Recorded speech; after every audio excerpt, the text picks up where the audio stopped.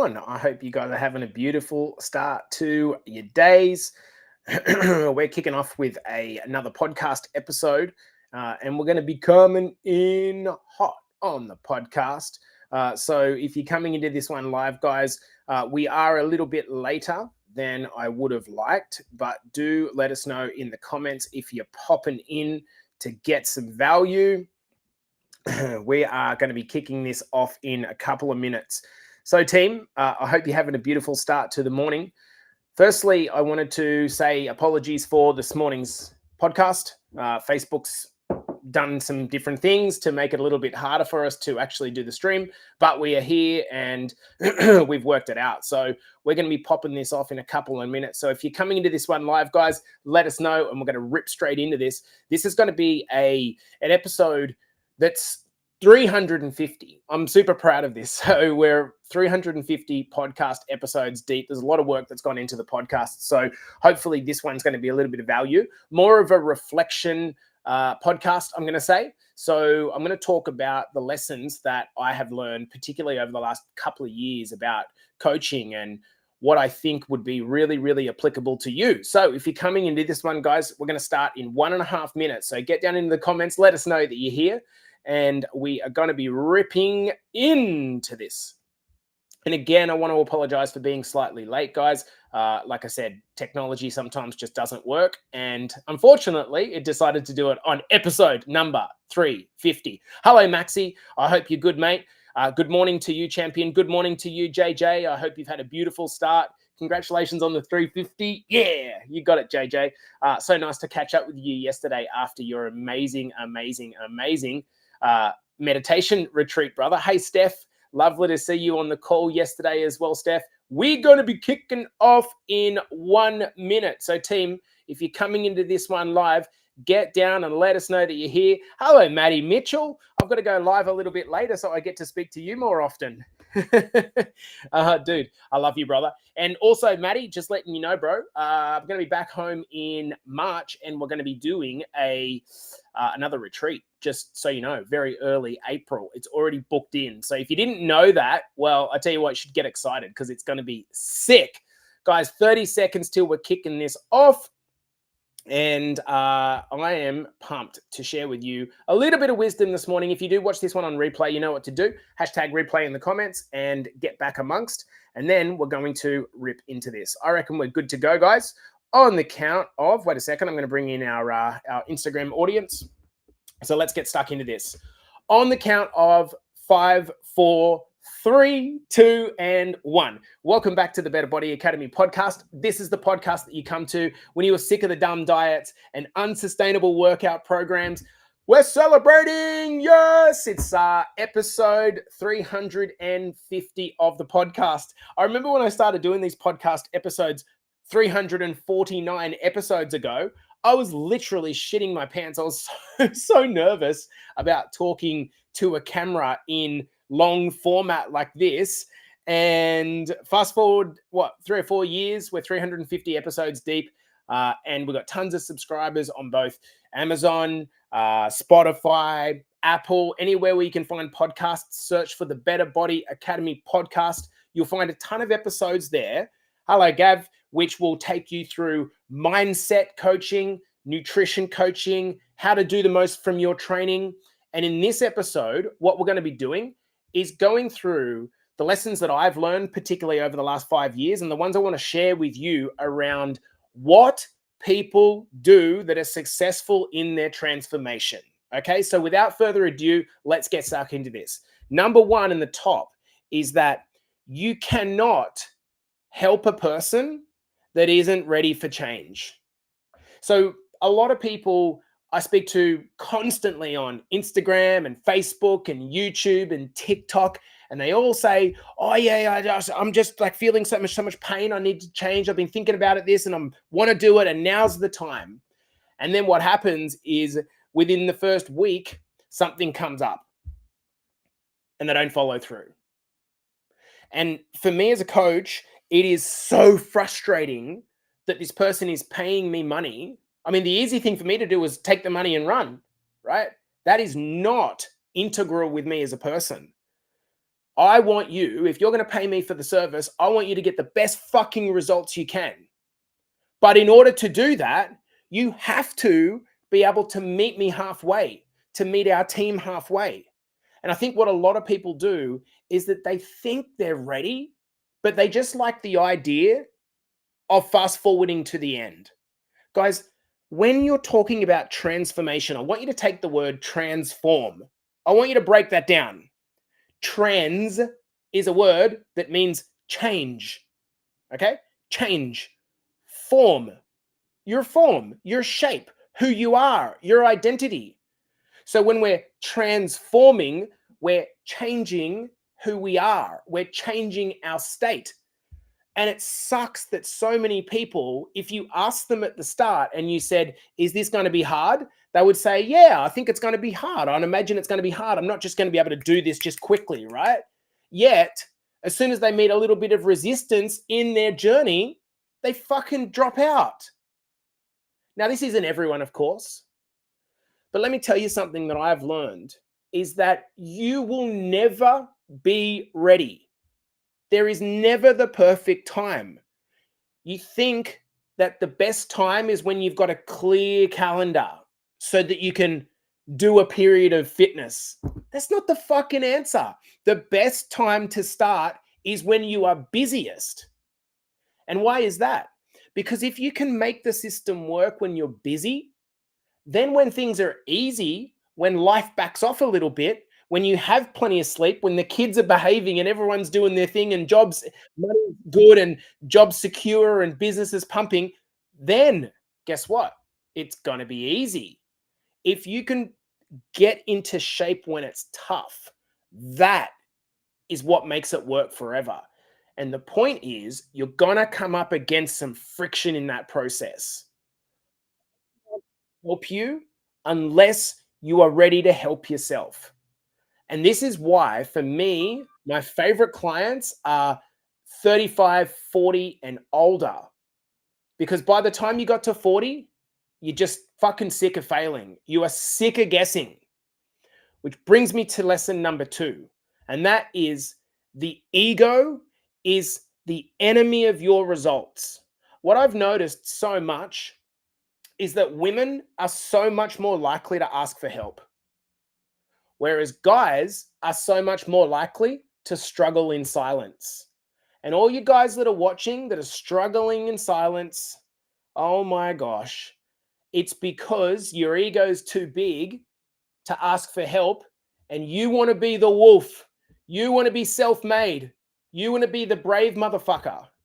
But the truth is, every day you're struggling, feeling fat, tired, embarrassed, guilty, all those things, you're just digging yourself a bigger hole.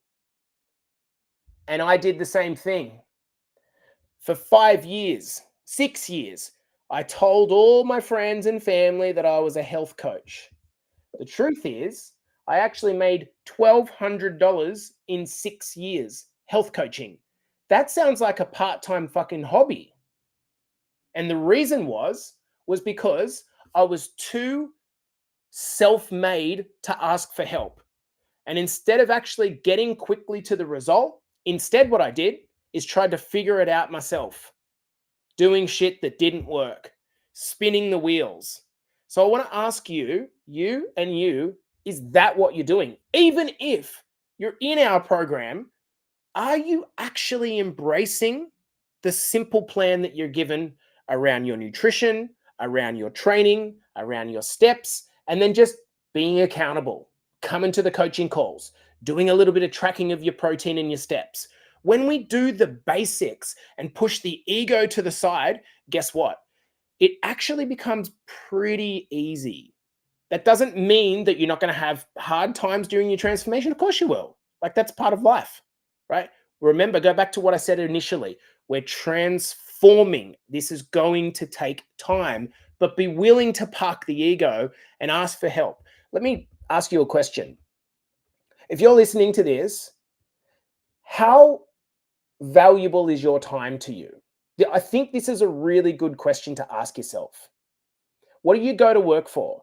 Do you go to work for $20 an hour? Do you go to work for $50 an hour or $200 an hour? Maybe you run a very successful business and your time's worth, I don't know, $1,000 an hour. Whatever the case, it doesn't matter.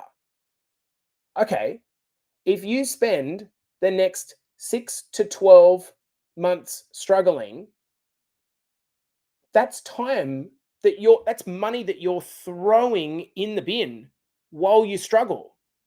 If your time is worth anything. If your time's not worth anything, then it doesn't matter. But if your time is worth something, time is money. I don't think people actually make the link. For me, I put a post up yesterday realizing that, you know what, I'm probably halfway through my life. I'm 42 years old. I'm probably halfway through my life. I'm fucked having wasted 6 years. I'm fucked if I'm going to waste another 6. Let's go on to number 3. These are the lessons over the last 5 years that I've garnished from coaching you guys and the mistakes that people make and do not make. Number 3 is community and connection is everything.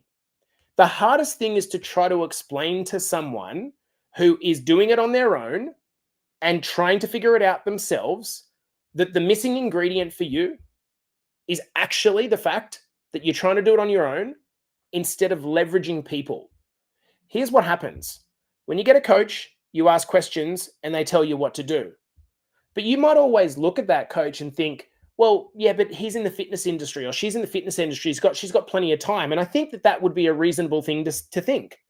However, when you come into a community and you see 100, 200, 300 other everyday mum and dads, just like you, that are doing it slowly and making it work, that's the missing ingredient. That's the part. Now, if you are, and Gav says it also creates accountability. This is the point.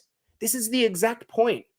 People think accountability comes on the level of like getting a smack from a teacher or a coach.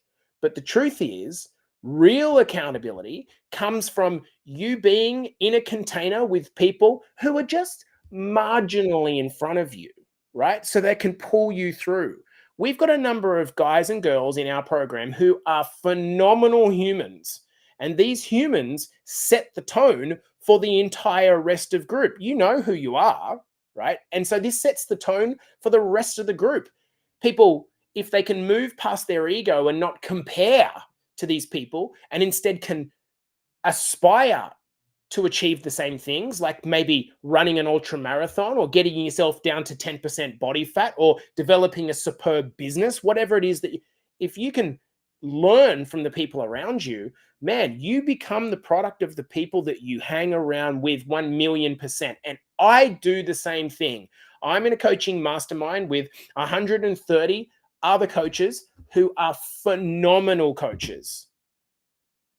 We are doing the best that we've ever done from a business perspective right now because I choose to be in the company of people that make me better. And if I didn't have that accountability, things would struggle, things would slow down. Number 4, and this one's a little bit more practical. For you guys that are struggling with your weight management, trying to change your body and it feels like it's hard work and not working, nutrition is of most importance in the short term. Nutrition. Strength training is of most importance in the long term. Let me make that real clear. And I want you to know why that is. Because when it comes to nutrition, you can cut all the lazy calories out that are kind of hidden in food that you don't know about. And if you cut those lazy calories out, you don't even need to change your diet in a tremendous amount. But you might cut out just a little bit of fat here or some kind of empty calories from there. And that might take 500 to 600 calories off your nutrition. And guess what? You start losing fat.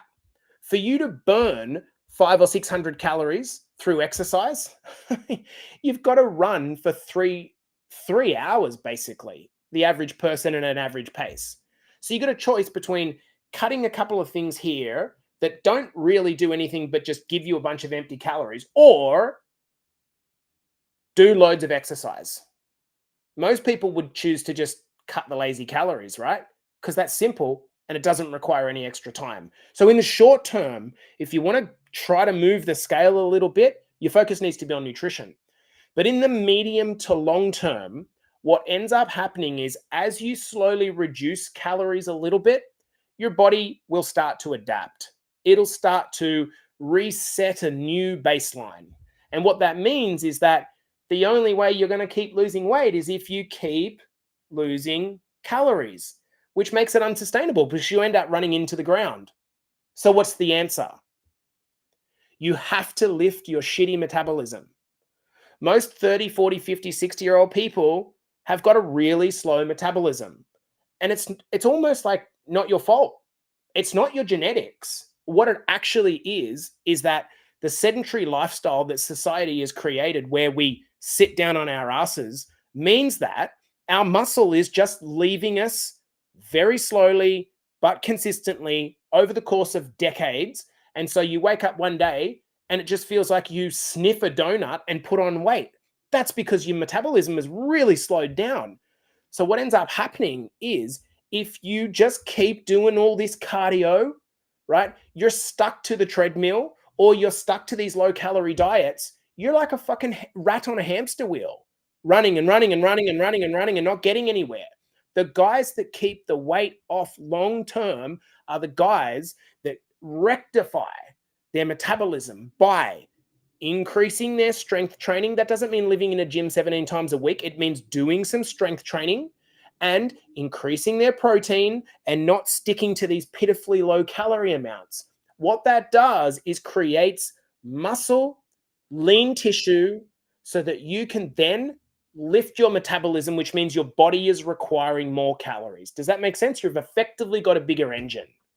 Number 5 in the list of do's and don't do's.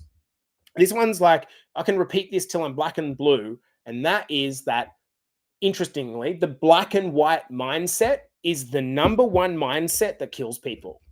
And people know it, but they still do it. The example I always use is for those of you that are in a relationship, do you expect that your partner is always going to be perfect? Or do you expect that some days they're just going to be shit and an asshole? And that's pretty normal, right? Or do you expect that every day your job's meant to be amazing? Or that you expect that every day your business is crushing? That's not how it works. It ebbs and flows. It's part of the natural cycle of life. Yet when it comes to fitness, the amount of people that haven't done a training session by Wednesday and they say, oh, fuck it, waste of a week, I'm done, I'll start next week. What? You're not even halfway through the week yet. You could make up one session, done, easy. A 1 in the box is better than a 0. Does this make sense? So when we're going through this journey, stop thinking that it's a race to lose the kilos and instead start thinking, well, how do I go about building a healthier lifestyle for myself? And if I can build a healthier lifestyle for myself, guess what? That's going to be sustainable. And the second part about it is it doesn't matter if I make mistakes along the way. If I accidentally have a binge eating session or I get on the piss or what, it doesn't matter because that's part of me changing my lifestyle. If you stepped back from being so attached to the scales and you actually just step back and look, it makes complete sense. But when you're in a transformation, it's almost like, all right, I've got to get this right, this right, this right, this right. If I bugger that up, it's like, oh, I'm such a failure. And then we get stuck in that failure mindset. So please just, sure, aim to be perfect. That's great. But don't set the expectations that you're going to be because you're not. And that's not the goal. Number 6, everyone is scared. Everyone is scared. We all have fears. We have learned through growing up and our life circumstances to be scared and to stay comfortable. The people that make it are the ones that feel the fear of failure, the fear of success, the fear of judgment, the fear of rejection, the fear of walking into the gym and looking like a fucking idiot when you haven't been there for 17 years, the fear of signing up for a 10K run and not being able to finish it, the fear of going for a new job, the fear of doing your PT certificate, starting a podcast. The guys that win are the ones that feel the fear, but then do it anyway. Because on the other side of their fear, guess what? It's the freedom that you experience. We talked about this on one of our coaching calls this week. We had one guy that scared shitless of heights, so he got a construction job where he had to look down all the time. He conquered the fear. My biggest fear in my entire life was skydiving. I was scared and shackled by it for 20 years. And guess what happened?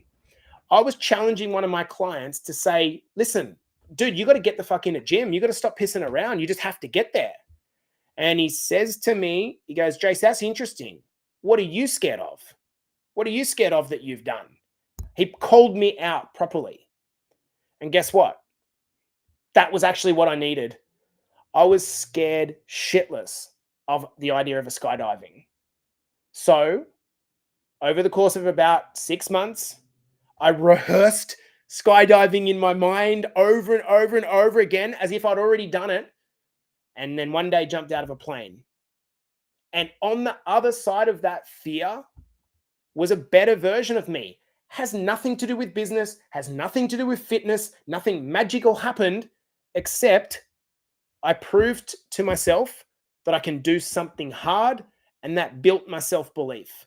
And that's exactly what the successful people do. They see the fear, they take a breath, and they slowly move towards it. They fail, they take a breath, and they get themselves back up again. Now, Sammy's in the comments saying, I'm scared of the leftover excess skin from weight loss that I have. You know what? That's a really common fear. Okay, cool. Totally legitimate fear, by the way. So what are the options? Let's just like pro and con this. What are the options? Option one is you likely develop diabetes, heart attack, and all of the metabolic conditions that kill people in Western countries, or you run the risk of having some skin sagging. Totally legitimate. Which one's more dangerous for you?